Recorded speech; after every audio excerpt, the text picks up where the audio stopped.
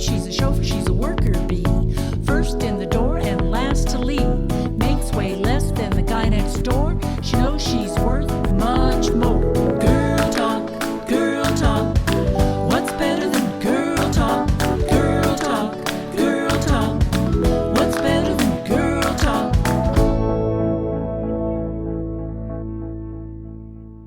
Hi, I'm Regina Ayers, and I'm the host of Girl Talk. For those of you that are new to Girl Talk showcases women who are making a difference in their communities here in the Rogue Valley. It is a lively discussion of the opportunities, successes, and challenges that women face in their daily lives. It is election season 2020, and I am interviewing the women in the Rogue Valley who are running for elected office. I'm interviewing 14 of the women. But that's not all the women that are running for office. There are women running against men and women running against women.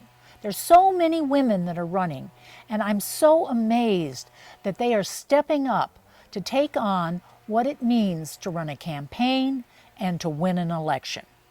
During the filming of the interviews, the catastrophic fires in Talent in Phoenix took place on September 8th. You will see in the interviews that some of the women were asked about the fire and others were not.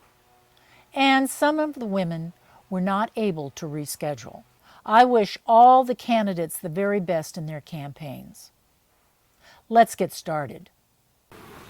Today my guest on Girl Talk is Tonya Graham, and Tonya is running for mayor of Ashland. Welcome, Tonya. Thanks for having me, Regina. I'm glad we could finally get together. Absolutely. Great to have you here. Well, let's start out with the fire, the catastrophic fire that has hit our region. And I'd just like to know where you and your family were, if you have, children at home still, when the fire hit.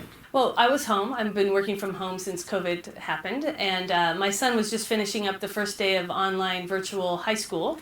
And he was at the dining room table, and I was watching all of that when the Nixle alert came through. And, we'd been warned that we had red flag weather coming, and the big winds were coming. And the winds had been crazy that morning. My apple tree had blown down, and it was still really windy, and so I was concerned immediately. And even though I live across town, I don't live near the Quiet Village area, I started to prepare my home for us to leave. Yeah. Yeah, it was quite startling for all of us. It was very scary. Mm-hmm.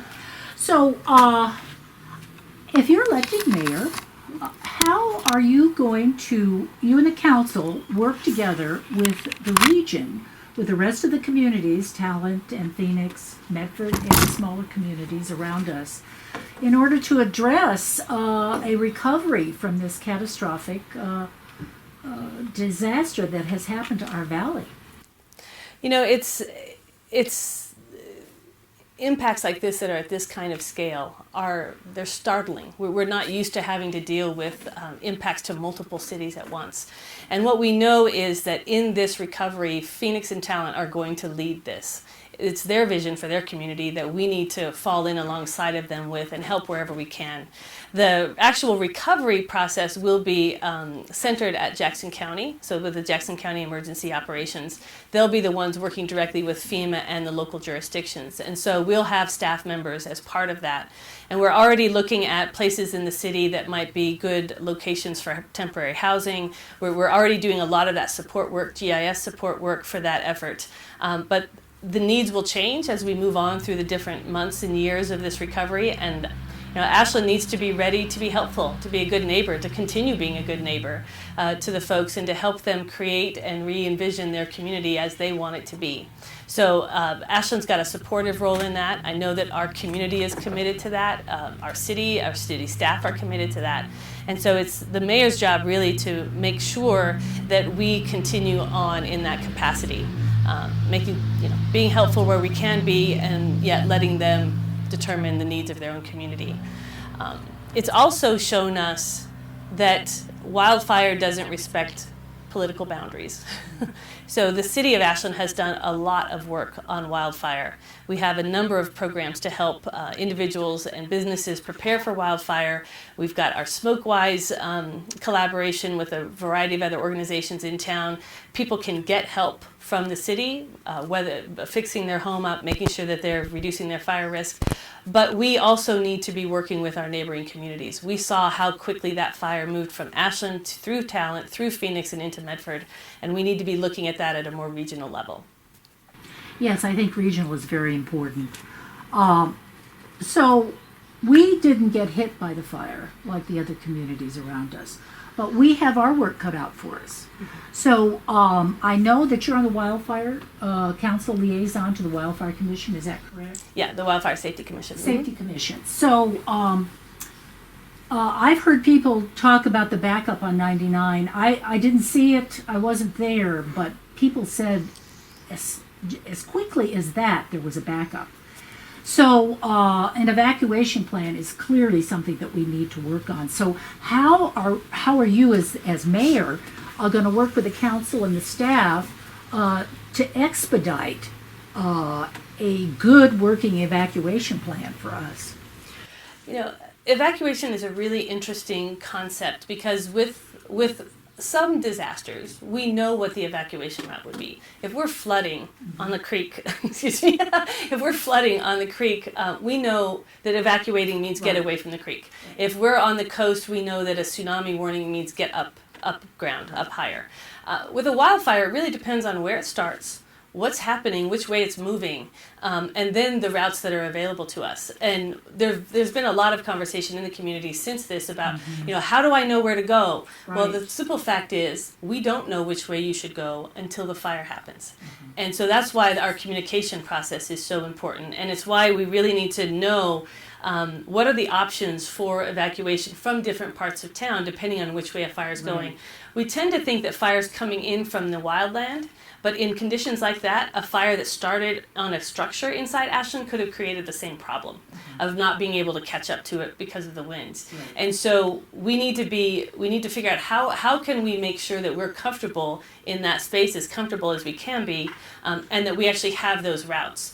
The city has already been doing evacuation planning. In fact, we had a survey out before the fire happened. I took that survey. Good. I hope a lot of people took that survey. I took it as well, and it was good question. It was good questions to be thinking about. Right. But evacuations are going to be chaotic, and they are going to be slow. There are certain things that we're just not going to be able to get around, no matter how well we plan. But that question of do we have adequate street exits? For different parts of town. That's an important one, and council has directed staff to make sure that we include that in our debrief and in our evacuation planning going forward. So that's already in motion.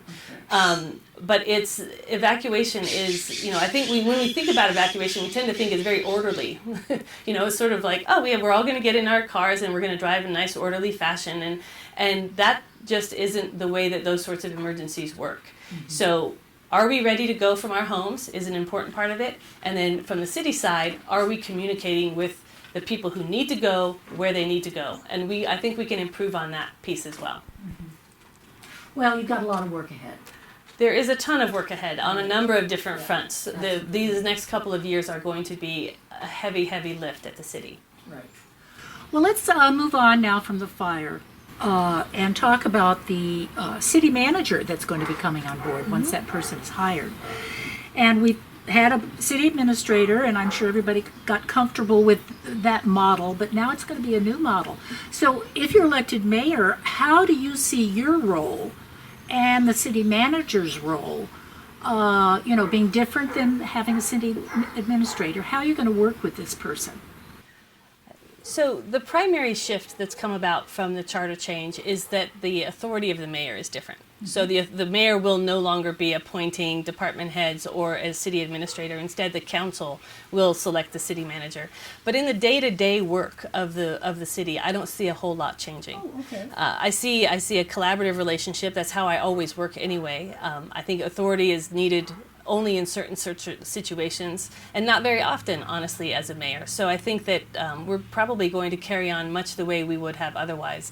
What is different is that if something needs to be changed at the city, if there's some house cleaning, I guess would be the best way to say it, that needs to be done, the mayor's not going to be able to do that. It's really going to be to the council. But the mayor does have a major role in the agenda preparation, in moving the council through the conversations it needs to be moving through, helping the council set the work plan for what it wants to get done over the course of the year. And then in my mind, it's a lot about communicating. There is so much happening at the city right now, a lot of really good stuff that people just don't know about. And so I think the mayor's ability to share information with the community and be a central place of feedback into the city is a major part of that. And that's not going to change at all with a city manager process. So you think that maybe this new city manager model will free up the mayor to perhaps do more strategic and visionary work?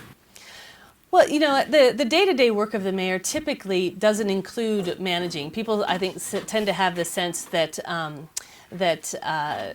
that the mayor is in there, right in the guts of the city, doing that sort of work. And typically, that's not the case. The mayor's paid $500 a year. It's not a full-time kind of professional job, and so typically mayors don't get involved at that level anyway. In this case, I think we're really just looking at that authority is no longer there, but certainly the role is still there and it's still intact. Okay. Well, there's a lot of discussion about a PAC that has organized itself here in Ashland. It's ACES, which is Ashland Citizens for Sustainability. And I believe that it's a lot of people that were or maybe still are on the budget committee. And they have sent around a pledge that they're asking all the candidates for council or mayor to sign. And I got a copy of it. I read it. It seemed like a reasonable thing. They're going to focus on fiscal stewardship, priority-based budgeting, and economic development. Those seem like good things to focus on. So the question is, have you signed the pledge? Why did you sign it? Or if you haven't, why didn't you sign it? So those three tenets are good ideas. They clearly are things that we should be working on. I didn't sign the oath, the pledge, and I didn't because of the rest of what is behind those titles. So when we look at things like environmental or economic stewardship, what they're saying is that it has to be the top priority of the city to be able to manage, within our existing tax base and our existing taxing structure. When we look at economic development, it's very general about changing rules so that we can draw more businesses in. It doesn't talk about what kinds of businesses might we be trying to draw in. And what I don't want to do in this time of unprecedented change is take anything out of the toolbox. And that's what essentially signing this oath does, is it says that there are certain things we are not going to do, certain things we are going to prioritize above other things when we don't know what the future entirely looks like. I think some people's idea about how important wildfire risk mitigation is has changed radically in the last 10 days. And yet, if we're locked into how we can operate, then we're not going to have the flexibility we need. That being said, we do need to be lining up our priorities with how we budget. Absolutely. We need to get our community back on a stable financial space in terms of the city, economically and financially. Those things are absolutely true. And we need to work on economic development. But I don't want to take anything out of my toolbox. So you want to have a lot of options. Absolutely. Yeah. So that we can line up the best option with what the people in our community value and what they're trying to accomplish. Well, here's another issue that ACES has raised is the fact that we have, I've been here all 18 years and the population has not changed more than 50 up or 50 down. So there's 21,000 people that live in Ashland. And ACES has pointed out, and maybe some citizens too, that we have a lot of employees compared to our other communities. They're much smaller, but I know we own a lot of our own utilities. We own our own utilities and AFN. But do you think there is a way to reduce our employee base or address the expense that comes with having that many employees? How would you address that? I don't think we have a problem with the number of employees we have. If we want to measure how effective we are as a government based on how many employees we have, we can reduce employees, and it means we reduce services and programs. Yes. And that's just the reality. Those things Right. are very, very similar. They're very related. Ashland has always done a lot of things together. We do a lot with our local government that other communities don't. Other communities do it through special districts. They just hire people to come in. A lot of communities don't have their own electric system, water and wastewater. Right. They'll farm out fire services sometimes. Right. Certainly not an AFN. And parks. We have 37 neighborhood parks in this community, and if we don't want that many people working at the city, we have to decide what of those things we don't want. Right. And so it's a little too simplistic to simply look at those ratios, because those ratios don't bring into consideration what are the values of the community. And in Ashland, we have characteristically done things together, and that means that the city holds a large number of things that other cities don't hold. No, I agree. We have a lot of benefits here in Ashland. And I don't think everybody always understands all the added value that we have. But anyway, it's something to look at as we move forward. Well, this question comes back to really the fire that's happened in the last 2 weeks. That's unbelievable.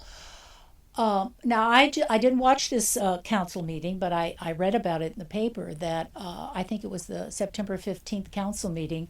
There was a resolution put forward that was meant to address the possibility that there would be some rent gouging, if that is the proper term, that landlords and landladies might take advantage of the huge demand that there is now for housing and substantially raise rents.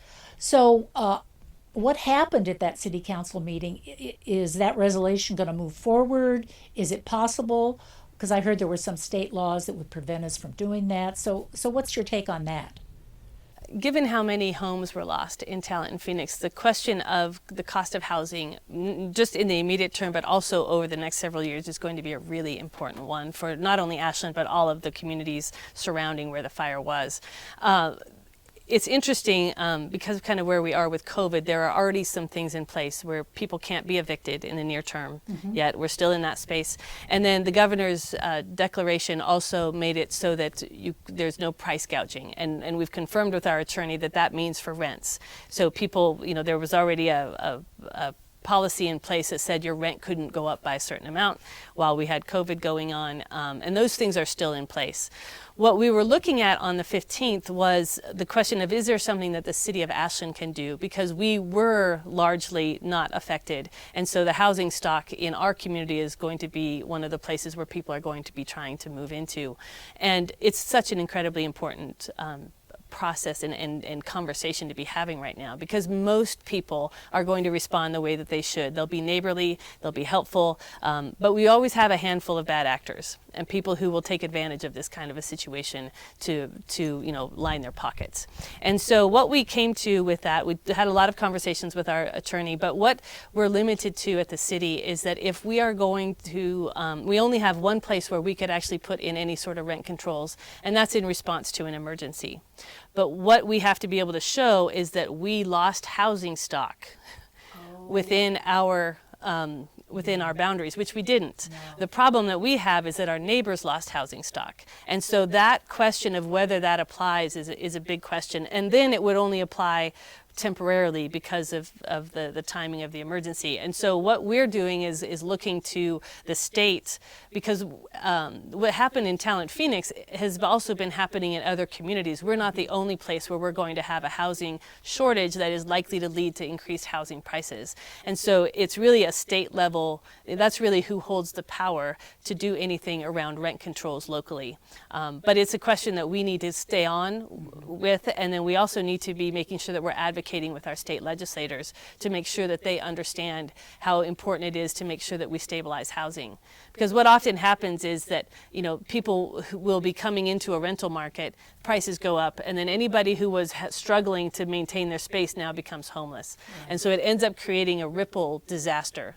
And we don't want that here. We absolutely do not want that here. There's not that much the city can do, but we need to be tracking that and making sure that the state is moving on it. So who in the city administration would be the point person for working with Pam Marsh, who's our representative here, or Salem? Who would be the person that would actually do that? So in terms of working with the legislature, it's I think a combination of the city administrator and the mayor. Okay. Certainly councilors are reaching out. I've spoken with Pam Marsh about the housing needs. I know other councilors have as well. But in terms of speaking as a city, that really is held by the mayor and the city administrator at this point, city manager come January 1st. Right. So if you're elected mayor, you would be really part of that conversation. You would be lobbying for some relief at the state level. Absolutely, and I think actually that's one of the things that a mayor should be doing very strongly is representing the city's interest as it relates to legislators, both at the state legislative level as well as Congress. We have specific needs here, and our voice as a community and as a municipality needs to be heard in those circles. Great. I hope you're successful with that. That's going to be crucial. So, Tonya, you were instrumental in putting forward a social justice and equity resolution. So what are the goals of that resolution, and how would you as the mayor ensure that the goals were met? So I brought that resolution forward with Councillor Slattery in the wake of the murder of George Floyd, because the city needed to say something, and we needed to say something. When I spoke with local activists, what they said is, we're tired of words. We want to actually see action. So it's not enough to simply say something as a city. You need to put something on paper and do something. And that list of actions that's included in that resolution is a starting point. It's the things that we've already known we needed to be working on, and that's really what that resolution was. It was designed to start this work, much of which, could have easily been done years ago and still hadn't been done. So it's that opening of the door. So the goal of that is to get started on those things that we can start on inside the city and with the places where the city has influence, and then to have more ideas come from the community over time about how we build on that work. And so that's a really important part of this, is that it's just an opening. The other piece is that the resolution, we wrote it specifically so that it creates what's called a committee of the whole. The council is operating as a committee of the whole. And what that means is we're not farming it into any sort of a commission yet, although at some point I think that that's probably what will happen. But in this immediate term, we are taking it up as though we are the commission. Okay. And that means that it's coming onto our agenda every 2 weeks. Okay. Once a month, we look at that resolution again. Okay. Individual councilors and the mayor have taken on specific elements, and so they're working on those outside of the meetings, and then they're coming back and reporting on the progress. Okay. And staff is doing that too. Okay. And we did that specifically so that it wouldn't get lost. Right. It would stay front and center in front of the council and in front of the mayor, and that we would keep making progress on it. So what are the couple of things that you're working on as a counselor? What it got assigned to you? Right. So everyone got to sign up for the things that they Okay. I am working on legislative advocacy at the national level and the state level for social justice and racial justice elements. So around policing and that sort of thing. I'm also working with the Jackson County and also the Chief O'Meara on a Cahoots style program. Oh, great! And then I am also been working with SOU on how to better integrate the SOU students with the city and get them more involved. Right. And create that conversation, that larger conversation with the students. Right. Well, I'm so glad you mentioned Cahoots, because I think one of my other questions here, as mayor, what will be your recommendation to support the marginalized in our community and those living below the poverty line or the unhoused? So that's what Cahoots is all about. Well, not really the unhoused, but it addresses a lot of the social issues that are now being put onto the police department. So tell us a little bit about that.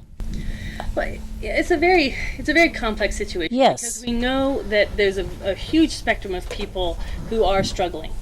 They're either struggling because they're unhoused now, or they're barely hanging on to the housing that they have.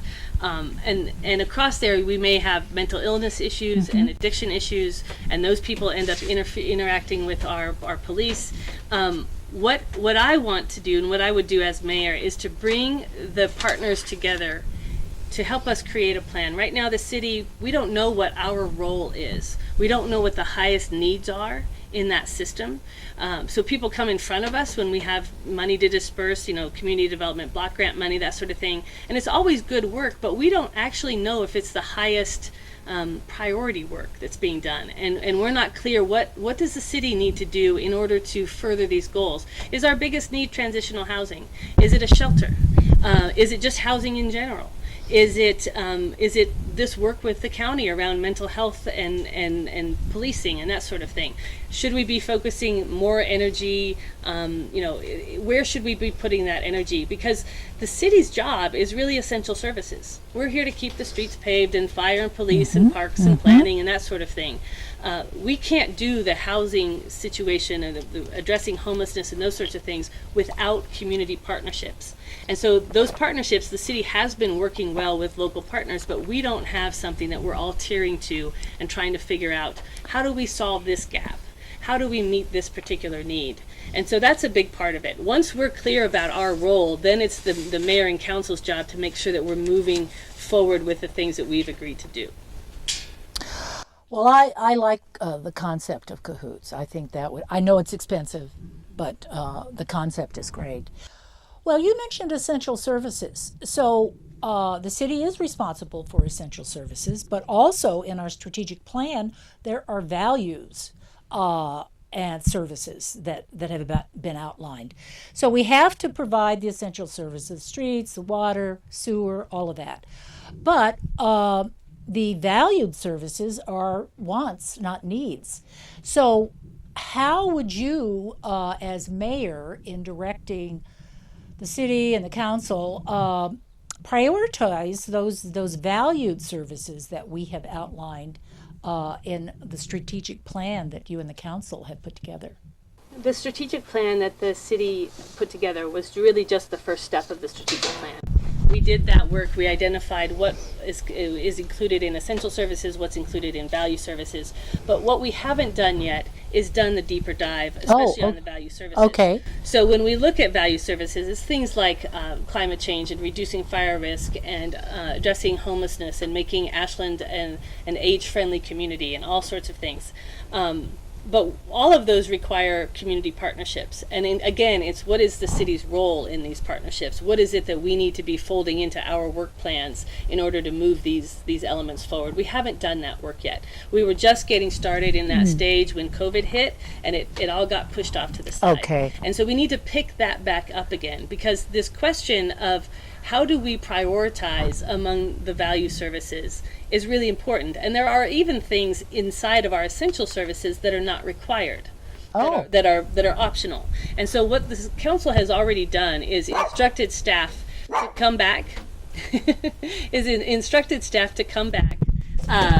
and show us what are those things that are essential across the board, and what are those things that are optional even within our essential services. And it gets a little bit tangled up that way, but when you think about it. But the goal is to come up with a list of the things that we do that we're not required to do. Right. And then we need a public process. We need to have a conversation with this community and have the community tell us what are the things on that list that are the most important. Because the reality of it is that we cannot continue to pay for everything that we have paid for up to this point. PERS, the unfunded liabilities for PERS, is a huge problem. Skyrocketing medical policy, healthcare for our employees is another one. They simply are not staying within how fast we can grow with our property taxes, and so we have to make some tough decisions. We have to decide what is the city going to continue to do, what is it not going to continue to do, and of that, the important things, how are we going to get those done anyway? That's the next question, because the community loves what we do, and the city does it very well. But that's the tough the conversation, and we need to have it as a community, not just as a council or as the mayor and council. Right. Well, if you're elected mayor, how would you drive that conversation to get the results that you need from the community?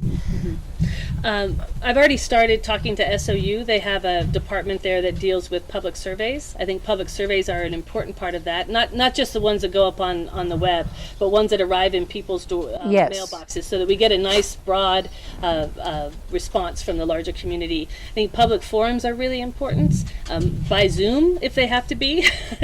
Places where people can ask their questions and get them answered are a really important part of all of this. And so it's both surveying and it's also having discussions. But what we need to do is come up with this strategy. What is it we're keeping? What is it that we're going to do something else with? And then within what we're keeping, how do we tier our commissions to that work? Are they clear about what it is the city's trying to get done and their role in helping us do that? Because the commissions are an incredible resource here in this community, because we have so many people with incredible experiences that they can bring to help us solve these problems. But we need to get the plan clear, and then we need to align our resources, and that means the budget, and it means our commissions, it means our staffing. We need to tighten all of that up, and the mayor has a huge role to play in all of that.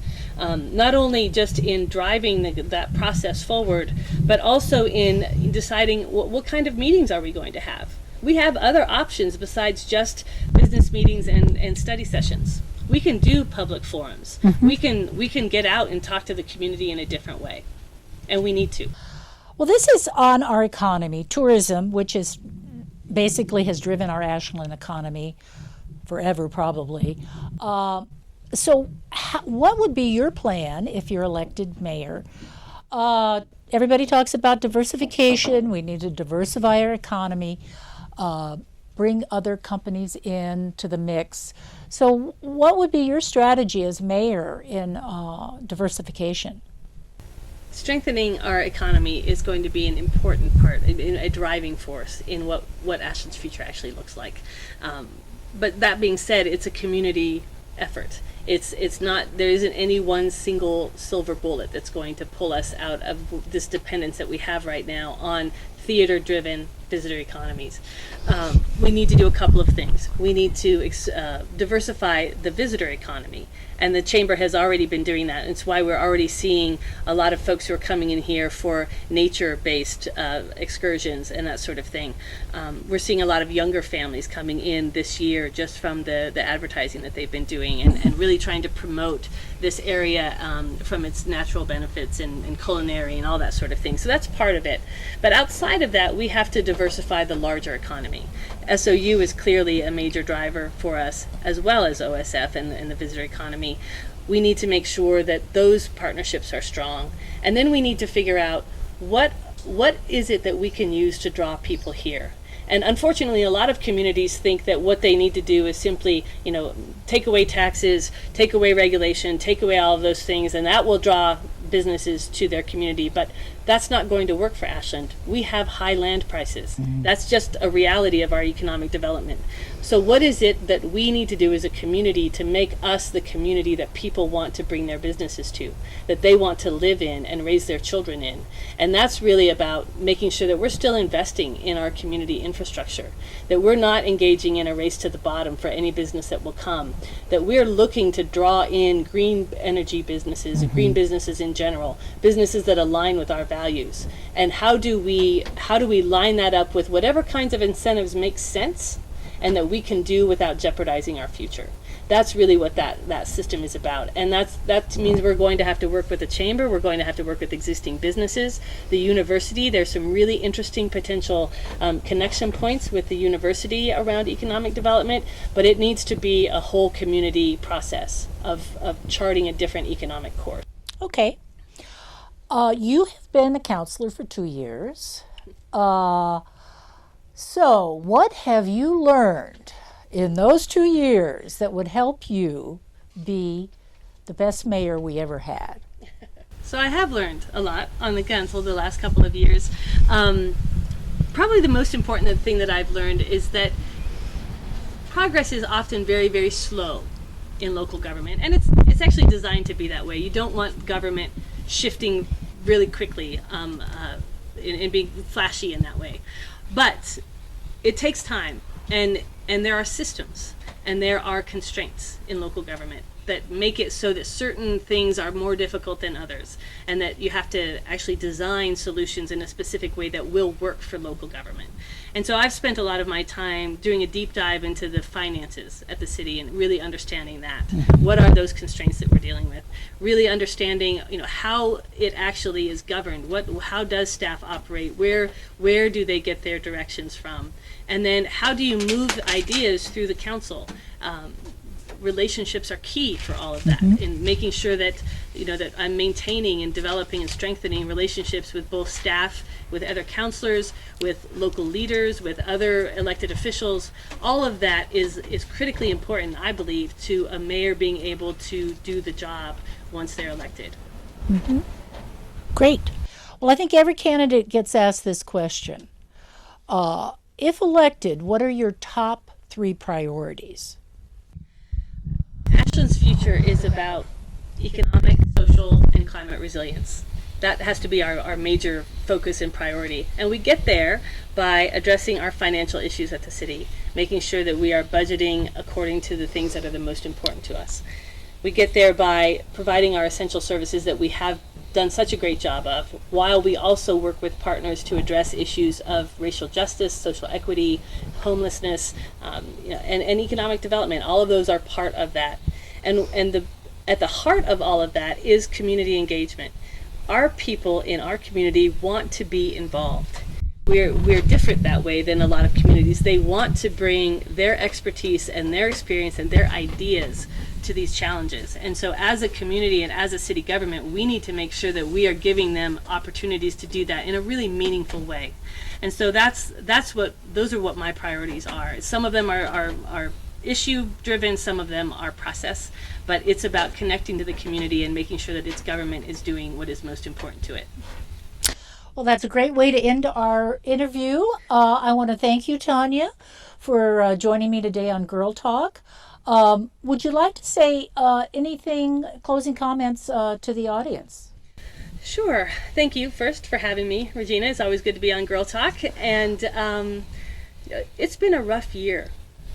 It has been a rough year. And we know that our future involves more disturbance and not less.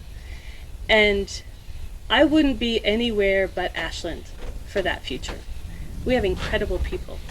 We have strong governance systems. We are capable of meeting these challenges in a really great way that preserves our vitality and who we are as a community. We have a ton of work ahead of us, though. We need to understand that moving through these disruptions means that we have to work together. We have to stay focused. And we have to make sure that we are protecting ourselves as a community and taking care of each other as we move through all of this. But we absolutely can do it, and I'm excited to be part of it. Great. Well, good luck with your campaign. Thank you. This series showcases women who are running for elected office in 2020. I hope that you learn something about why they're running, who they are, and whether you'll be able to support them when you vote on November 3rd.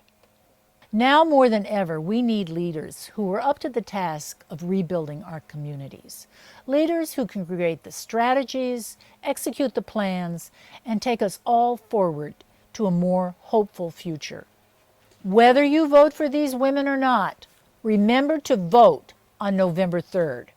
Girl Talk can be seen on Channel 15 on Ashland HomeNet or Channel 182 on Spectrum, or always on demand at rvtv.sou.edu. You can also watch Girl Talk on my Regina Ayers YouTube channel for all Girl Talk episodes. I'm Regina Ayers, and thanks for joining me on Girl Talk.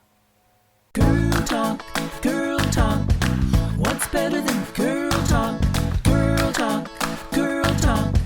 What's better than girl talk? Chat with the ladies about their day, the ups and downs along the way. She's a cook, she's a chauffeur, she's a worker bee. First in the door and last to leave. Girl talk, girl talk. What's better than girl talk? Girl talk, girl talk. What's better than girl talk?